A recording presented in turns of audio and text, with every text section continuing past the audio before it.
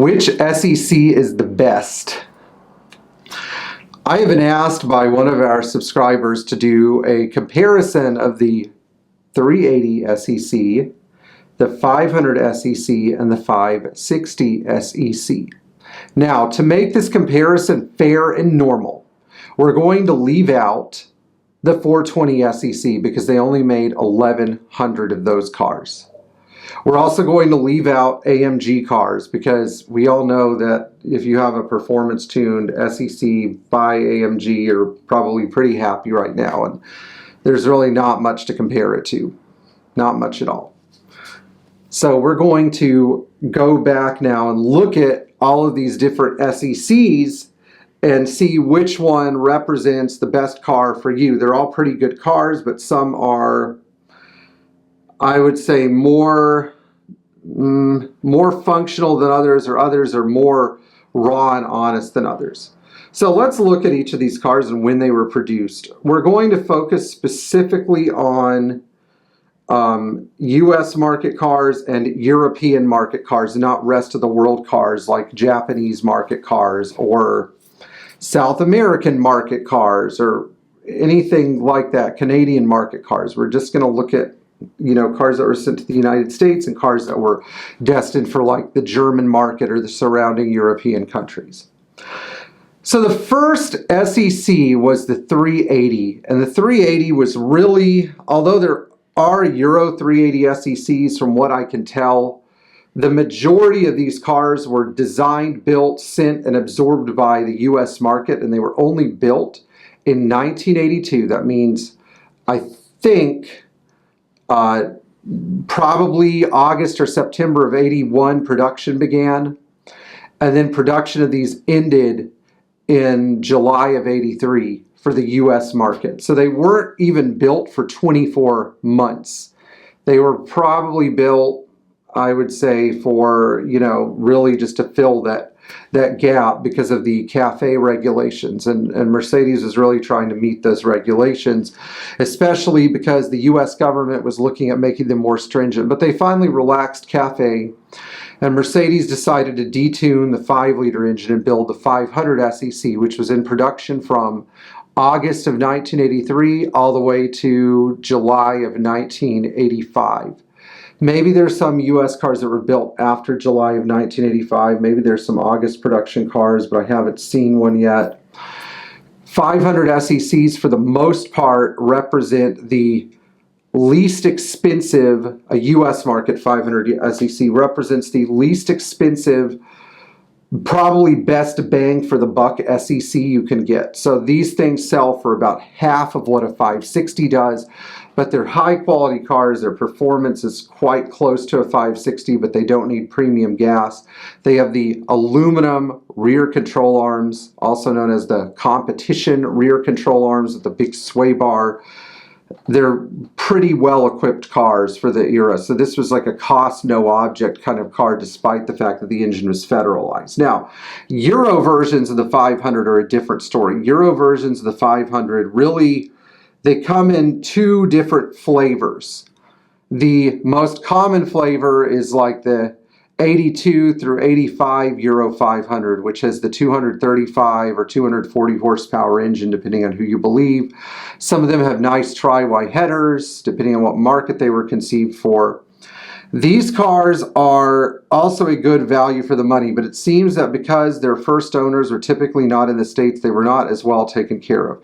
So if you have a Euro 500, plan on doing some work to things like the headliner or, you know, rust around the back window. Like, they're buying the car is essentially the cheaper part. Now, this can happen on a US 500 as well, but I find that Euro 500s really need more help. The other flavor of Euro 500 is the 1986 to 91 version that had all the updates of a 560, but it had more power.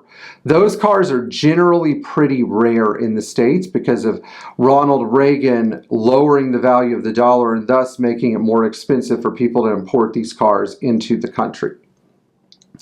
Now we're going to look at the 560, which is the most common SEC and probably the easiest one to live with.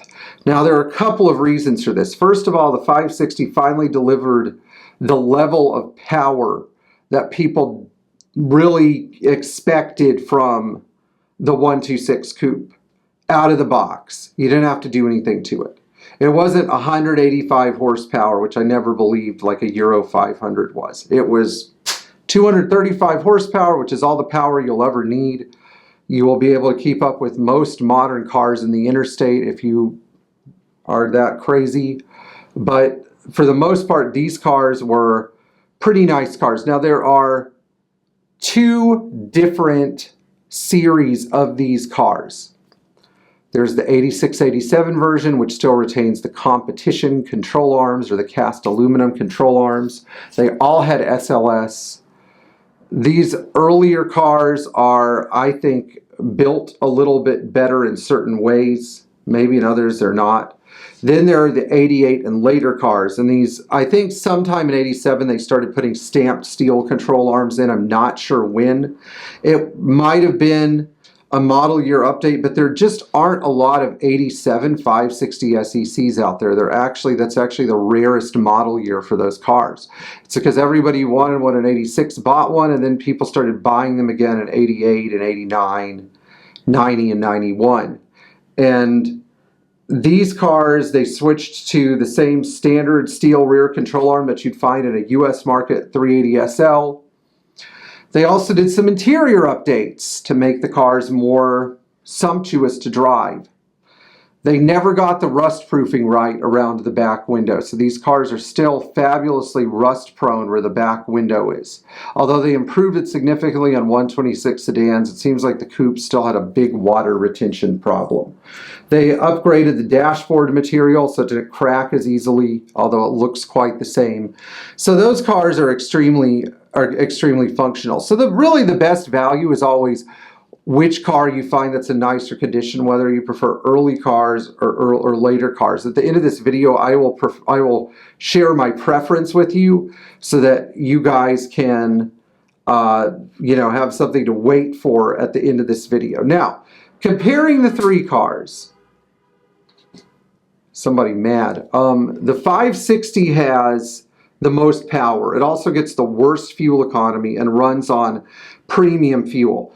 Really though, the premium fuel thing is like, all of these cars, if possible, should have ethanol-free fuel. Now I know in some states that have weird policies, like California or New Jersey, there is no ethanol-free fuel available. And if you're storing the car over the winter, you need to put an additive in it, like Stable or something, so your fuel distributor doesn't die. But the earlier the 560, we find the more interesting it is. So I'm kind of partial to early 560s just because they're rarer. But if you want a car that's going to work well and function well and has very high build quality, always the 89, 90, or 91 model year car. With 500s and 380s, I would say that the 380 is probably the least expensive entryway into an SEC. You want to make sure that the timing chain has been converted. Once the timing chain has been converted, they're fine. Interior build quality is not as good as a 500, and on a 500 it's not as good as a 560, and on a 560 they get better with the newer the car is. So keep that in mind. But 380 SECs for the most part are a song. They are a cheap, reliable, most of them have had their chain conversion done. They're a cheap, reliable, reasonably powerful, but also fuel efficient way to get into an SEC. So if you like the way the SEC looks and you don't have to have gobs of power, you could still drive these cars 100 miles an hour all day or more. They're just not going to deliver the same kind of tire burning performance as a Euro 500 or a 560. Now, what are these things worth? Well, I would not pay more than $7,500 for a nice 380. I would not pay more than maybe $15,000 for a nice Euro 500 SEC, or more than $12,500 for a nice US market 500 SEC, just because you want to leave room for repairs in your budget.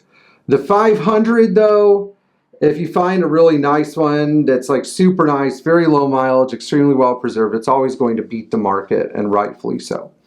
560 SECs are a different animal. These cars have been extremely underappreciated. I wrote about this in Sports Car Market 2 months ago, where I stated that the 560 SEC is such an undervalued car that it boggles my mind that there are these things sitting around. And I think it's because Mercedes did make quite a few of them, so they're not rare.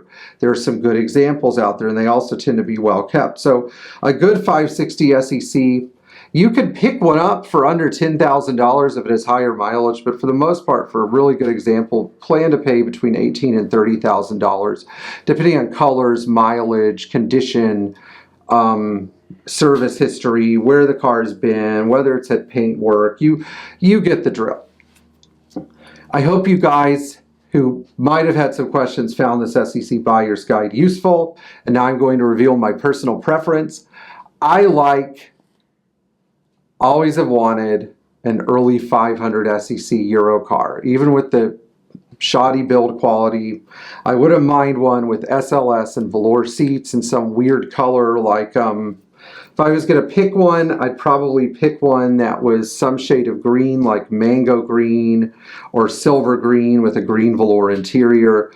Or if I had a second choice color, I'd probably want a red one with a beige or tan velour interior. And if I couldn't get that, then I'd probably pick one that was something like brown manganese metallic with a palomino leather interior. So there are all the answers you guys are looking for. I hope you have a great day, and if you own an SEC, that sounds like fun to me too. I'll see you later.